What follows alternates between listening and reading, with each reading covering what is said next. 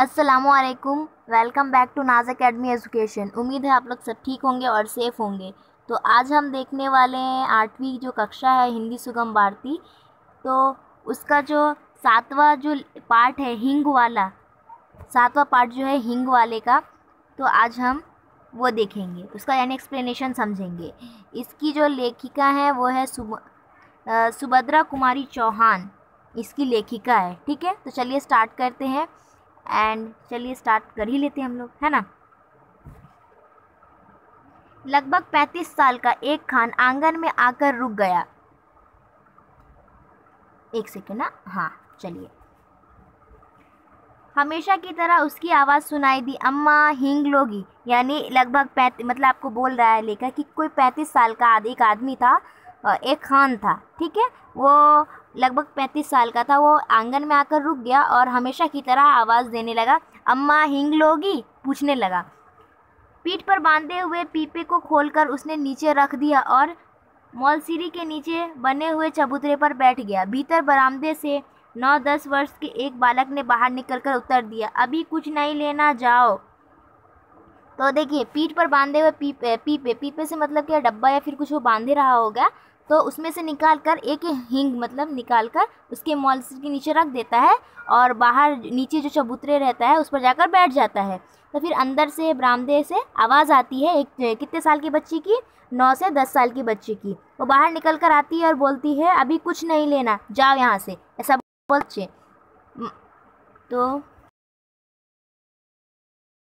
ज़रा आराम से बैठ गया और आपके बोला, अम्मा हींग ले लो, अम्मा हम अपने देता है, बहुत दिनों में लौटेगा।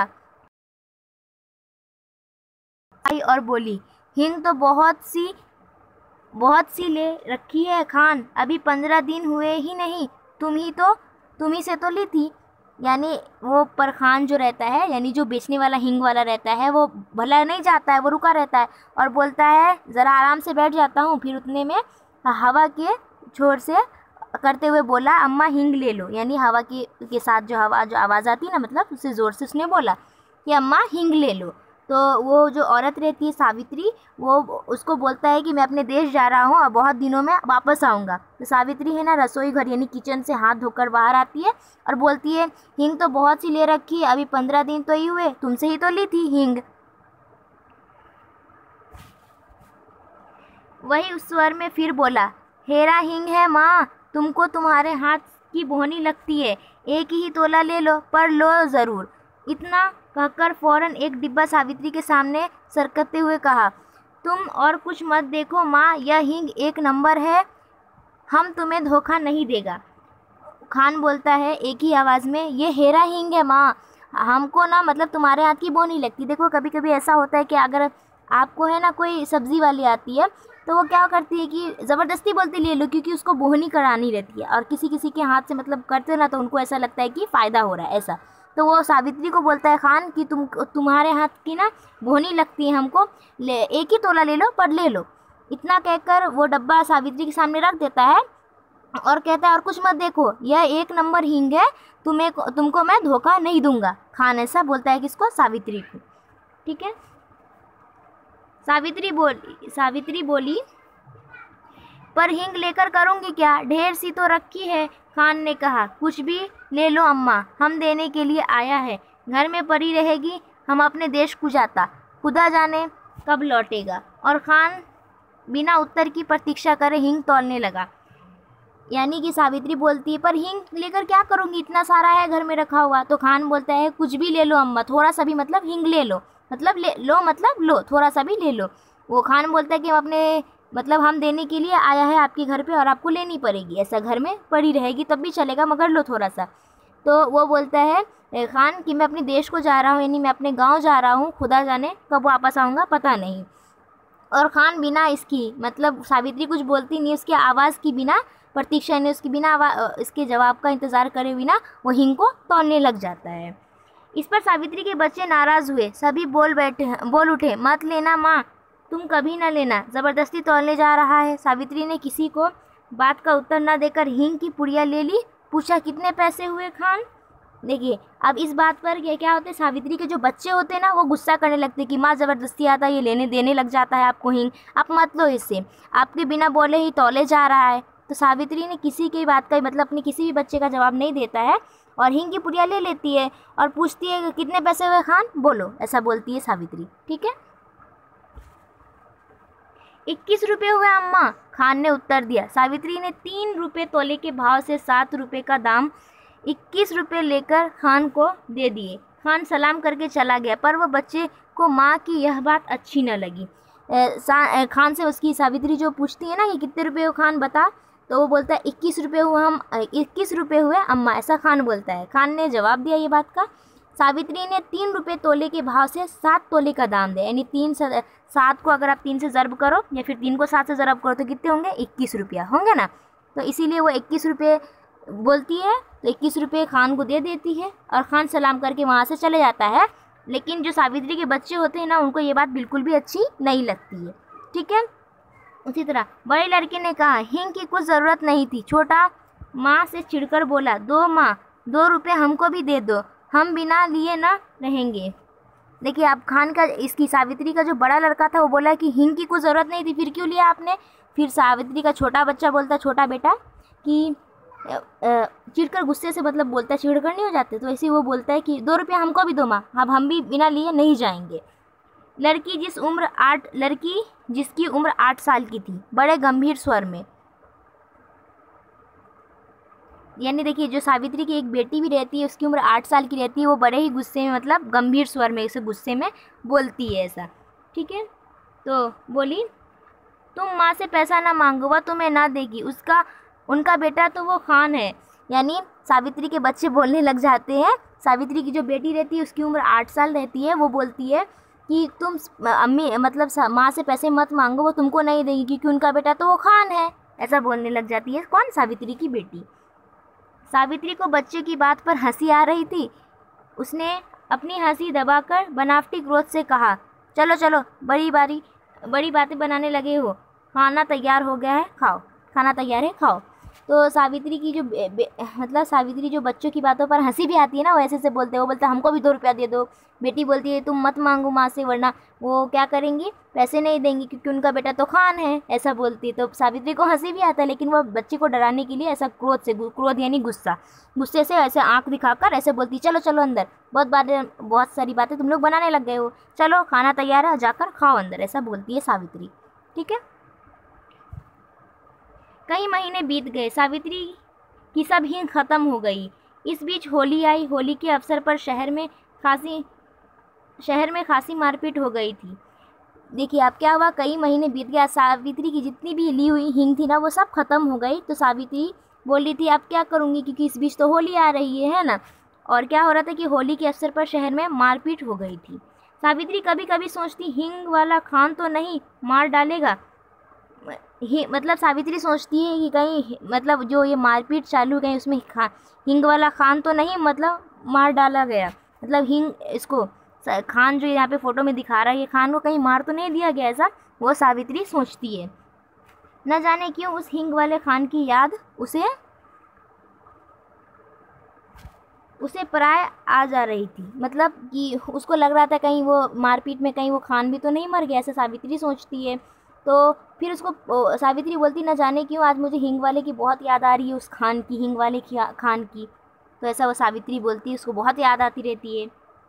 ठीक है, एक दिन सवेरे सवेरे सावित्री उसके मौलसी के पैर के नीचे चबूतरे पर बैठी कुछ बुन रही थी। उसने सुना उसके पति किसी से कड़े स्वर में कह रहे थे, क्या काम है, भीतर मत जाओ, यहाँ आओ। उत्तर मिला, हिंग है, हेरा हिंग। और खान तब तक आंगन में सावित्री के सामने पहुँच चुका था। अब देखिए क्या है, एक दिन सवेरे सवेरे यानी सुबह सुबह का टाइम था, तो वो मौलसरी के नीचे, पैर के नीचे क्या होता है, वो बैठी रहती है चबूतरे पर। देखो चबूतरा क्या होता है, देखो पैर के नीचे जो गोल दायरा रहता है, मतलब इसका बना दिया जाता है ना, ईंट वगैरह से बना दिया जाता है, तो उसको चबूतरा बोला गया यहाँ पर। तो उस चबूतरे पे बैठी रहती है सावित्री। तो सावित्री का पति यानी उसका हस्बैंड बोलता है कड़े इसमें ज़ोर से, तुमको क्या काम है ऐसा, है ना, जल्दी क्या कर रहे हो, क्या काम है, तो भीतर मत जाओ, ऐसा वो बोलता है उसका पति सावित्री का। या तो यहाँ आओ उत्तर मिला, किसको, खान को, मतलब ऐसा बोलती है वो सावित्री बुलाती यहाँ आओ। ऐसा जवाब मिला। तो उसने बोला हींग है। तो क्या कौन सा हींग, तो ऐसा पूछा तो बोला हीरा हींग है। और खान तब तक क्या हुआ, आंगन में सावित्री के सामने पहुंच चुका था। खान को देखते ही सावित्री ने कहा, बहुत दिनों में आए खान, हींग तो कब की ख़त्म हो गई। तो सावित्री कहती है खान को देखते हुए कि बहुत दिनों बाद तुम आए हो और हींग कब की ख़त्म हो गई, अब मैं क्या डालूँ, ऐसा मतलब उसको बोलती रहती है। खान बोला अपने देश गया था अम्मा, परसों ही तो लौटा हूँ। सावित्री ने कहा यहाँ तो बहुत ज़ोरों का दंगा हो गया है। खान बोला सुना समझ लड़ने वालों में। खान बोला कि बहुत दिनों से गया था, तो आज अपने देश से आ गया हूँ अम्मा, ऐसा बोलता है मैं अपने गांव से आ गया हूँ। खान बोलता है अम्मा कि परसों ही तो आया हूँ। सावित्री बोलती है कि यहाँ तो बहुत ज़ोरों से यानी दंगे फसाद हो गए हैं लोगों में। तो खान बोलता है सुना है मैंने, लेकिन खान बोलता है कि समझ नहीं है, जो लड़ रहे हैं ना आपस में उनके अंदर बिल्कुल भी समझ नहीं है, अगर समझ होती तो वो लड़ाई नहीं करते, ऐसा सावित्री को बोलता है। कौन, खान बोलता है। सावित्री बोली खान हमारे घर चले आए, तुम्हें डर नहीं लगा। दोनों कानों पर हाथ रखते हुए खान बोला ऐसी बात मत करो अम्मा। सावित्री बोलती है कि खान तुम हमारे घर चले आए, तुम्हें डर नहीं लगा, इतने दंगे फसाद में तुम जो आ गए तो तुम्हें डर नहीं लग रहा क्या। तो दोनों कान पे हाथ रखता है खान और बोलता है ऐसी बात मत करो अम्मा, बेटे को भी क्या माँ से डर हुआ है जो मुझे होता। और इसके बाद ही उसने अपना डिब्बा खोला और एक छटाक हींग तौलकर सावित्री को दे दी। यानी वो बोलता है खान कि अम्मा बेटी को क्या माँ से कभी डर लगता है क्या जो मुझे होगा। तो क्या करता है कि इतने में बस उसके बाद क्या होता है कि खान डिब्बा खोलता है और उसमें हींग तौलकर सावित्री को दे देता है। फिर क्या होता है, रेज़गारी दोनों में से किसी के पास नहीं थी। खान ने कहा कि वह पैसा फिर आकर ले जाएगा। सावित्री को सलाम करके वह चला गया। अब क्या होता है कि पैसे नहीं रहते सावित्री के पास, यानी कि उसके पास सावित्री के पास चेंजिंग नहीं रहता है पैसे के। तो वो खान को बोलती है कि पैसा फिर आकर ले जाएगा। तो वो खान बोलता है कोई बात नहीं अम्मा, मैं जब आऊँगा ना तब फिर मैं पैसा तुमसे ले जाऊँगा। खान ये सावित्री को सलाम करता है और चला जाता है।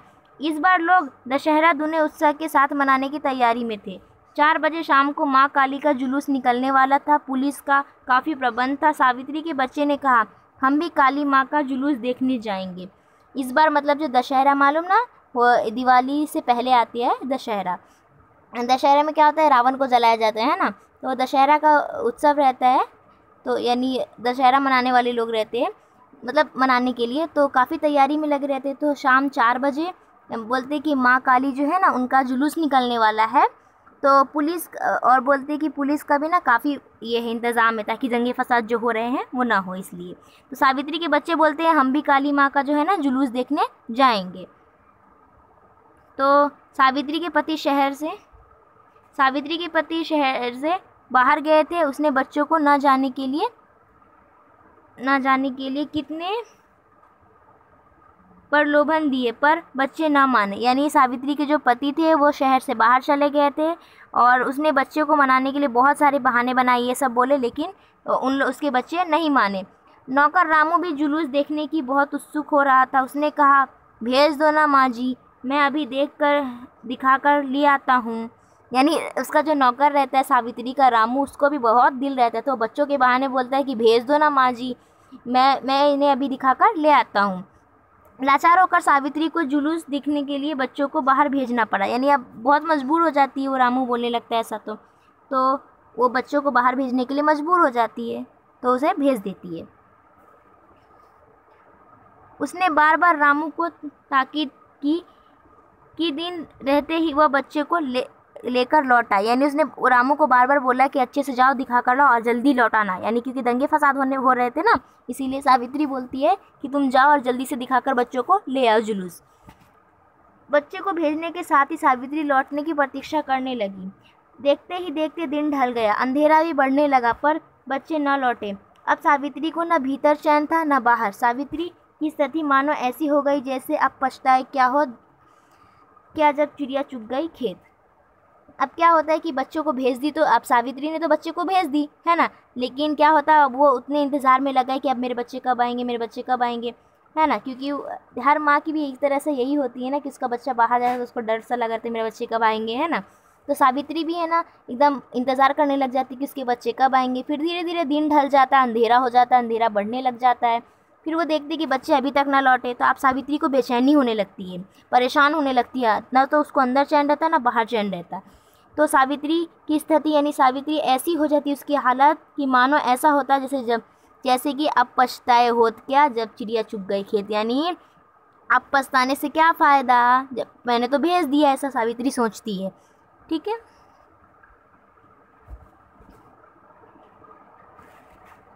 इतने में उसे कुछ आदमी सड़क पर भागते हुए जान पड़े। वह दौड़कर बाहर आई, पूछा ऐसे भाग क्यों जा रहे हो, जुलूस तो निकल गया ना। यानी अब उतने में क्या होता है कि बाहर से क्या होता है कि सड़क पे भागते हुए लोग नज़र आने लगते हैं। तो वो पूछने लगती है एक आदमी से, ऐसा क्या हुआ कि तुम भाग रहे हो, जुलूस तो निकल गया ना। तो एक आदमी बोला, दंगा हो गया है जी, बड़ा भारी दंगा। सावित्री के हाथ पैर ठंडे पड़ गए। तभी कुछ लोग तेज़ी से आते हुए दिखे। सावित्री ने उन्हें भी रोका। उन्होंने भी कहा दंगा हो गया है। अब एक आदमी उसमें से बोलता है, भागने वाले जो लोग रहते हैं उनमें से एक आदमी बोलता है कि दंगा हो गया जी, बहुत बड़ा दंगा हो गया। सावित्री के हाथ पैर मतलब डर से ठंडे पड़ जाते हैं। और तभी कुछ लोग तेज़ी से आते हुए दिखते, तो सावित्री ने उन्हें भी रोका, तो उन्होंने भी यही कहा कि दंगा हो गया है। ठीक है।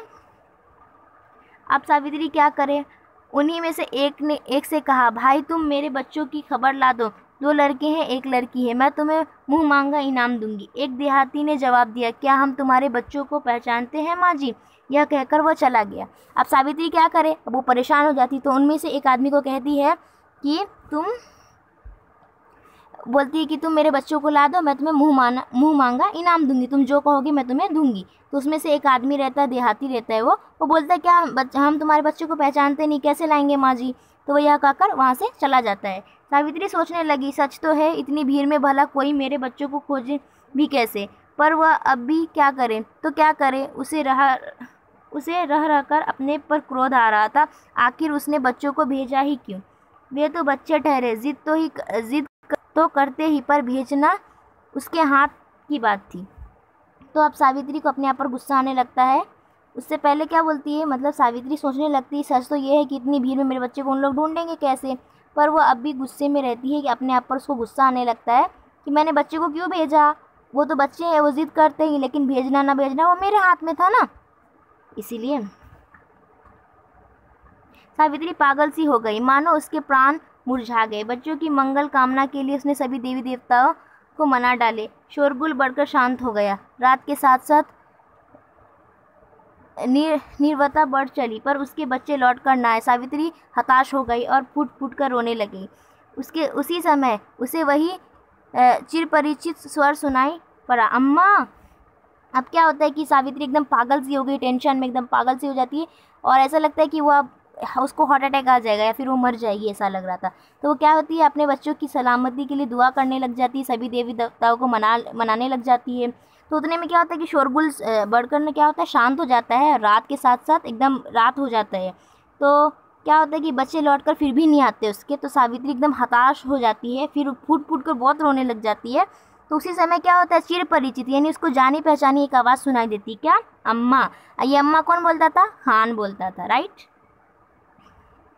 सावित्री दौड़कर बाहर आई। उसने देखा उसके तीनों बच्चे खान के साथ सकुशल लौट आए। खान ने सावित्री को देखते ही कहा, वक्त अच्छा नहीं है अम्मा, बच्चों को ऐसी भीड़ भाड़ में न बाहर भेजा करो। बच्चे दौड़कर माँ से लिपट गए और उन्होंने एक साथ कहा, खान बहुत अच्छा है माँ, उसने हमें बचाया। अब क्या होता है, सावित्री एकदम आवाज़ सुनती है ना, अम्मा की आवाज़, तो जल्दी से बाहर दौड़ के आती है और वो देखती कि उसके तीनों बच्चे खान के साथ सकुशल यानी अच्छे से लौट आए। तो खान क्या होती है, सावित्री को देखते ही कहा, ये जो खान होता है वो सावित्री को बोलता है, अम्मा वक्त अच्छा नहीं है, बच्चों को ऐसे भीड़ भाड़ में मत भेजा करो। तो बच्चे क्या होते हैं, दौड़ कर आते एकदम प्यार से अपने माँ के से लिपट जाते हैं गले से, मतलब छोटे रहते ना, गले से नहीं लिपटेंगे, मतलब अच्छे पकड़ लेते उनको, लिपट जाते। और वो सब तीनों बच्चे जो सावित्री को एकदम एक ही साथ बोलते हैं, खान बहुत अच्छा है माँ, उसने हमें बचाया। अब देखो वो बच्चे कितने अच्छे थे, मतलब पहले उससे खान से नफरत करने लगे थे ना, गुस्सा होते थे कि ज़बरदस्ती हींग दे देता है हमको, है ना, कि अम्मा को बोलता है वो तो बेटा, हम तो उनके बच्चे हैं ही नहीं, खान ही उनका बेटा है, वो खान की बात मानती है। लेकिन जब खान उनको बचाता है तो क्या बोलता है, खान बहुत अच्छा है अम्मा, उसने हमें बचाया। तो ये यहाँ जो है ये हिंग वाला जो ये आपका सबक है, पार्ट है, यहाँ पे ख़त्म होता है। इंशाल्लाह हम इसकी जो ये स्वाध्याय है, क्वेश्चन आंसर है, हम उसको नेक्स्ट वीडियो में देखेंगे। जब तक के लिए अल्लाह हाफिज़, टेक केयर, आप लोग अपना ख्याल रखें, ठीक है। चलिए मिलते हैं नेक्स्ट वीडियो में, और हमारे चैनल को ज़रूर सब्सक्राइब करें और वीडियो को ज़्यादा से ज़्यादा शेयर करें, ठीक है। कोई डाउट हो तो कमेंट करके पूछ लें।